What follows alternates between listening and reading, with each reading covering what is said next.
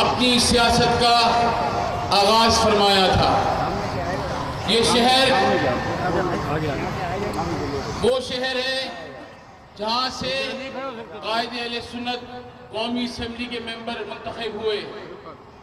یہ شہر وہ ہے جہاں قائد اہل سنت نے اس وقت کے سیکولر قوتوں کو شکست دی تھی، اور انشاءاللہ آئندہ الیکشن کے اندر بھی حیدرآباد کے شہر سے سیکولر قوتوں کو شکست دی جائے گی۔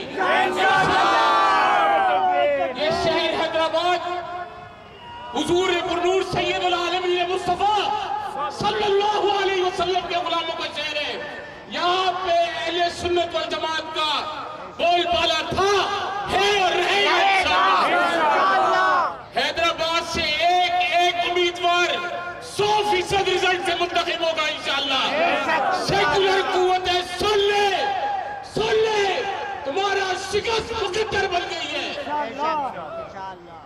میں آپ سب حضرات کو پھر اس ملک کے اندر جو فحاشی اور اوریانی رشوت کا بازار گرم ہے، اور ساتھ ساتھ تمام ادارے تباہ ہو چکے ہیں۔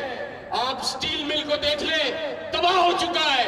PIA کو دیکھ لیں، تباہ ہو چکا ہے۔ آپ کسی بھی بینک کو اٹھا کے دیکھ لیں، وہ مقروض ہو گیا ہے۔ آپ کسی بھی ادارے کو، پاکستان سٹیٹ آئل بھی خسارے میں جا رہا ہے۔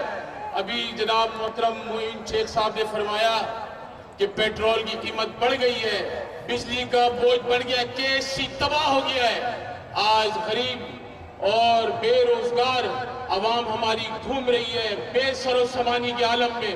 انشاءاللہ اس ملک میں نظام مصطفیٰ کا نفاذ اور مقام مصطفیٰ کا تحفظ جمعیت علماء پاکستان نافذ کر کے رہے گی۔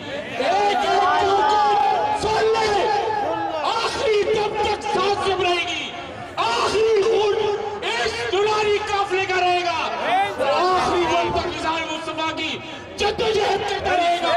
میں کلمہ پڑھتا ہوں، لا الہ الا اللہ محمد رسول اللہ، کہ ایک سانس تک آخری اپنی اس نظام مصطفیٰ کی جدوجہد پہ قربان کروں گا، اور آخری سانس تک اس قائد ملت اسلامیہ کی اس مشن کو اپنی راہ میں سب کے مل کے گامزن رہوں گا۔ وآخر دعوانا الحمدللہ رب العالمین۔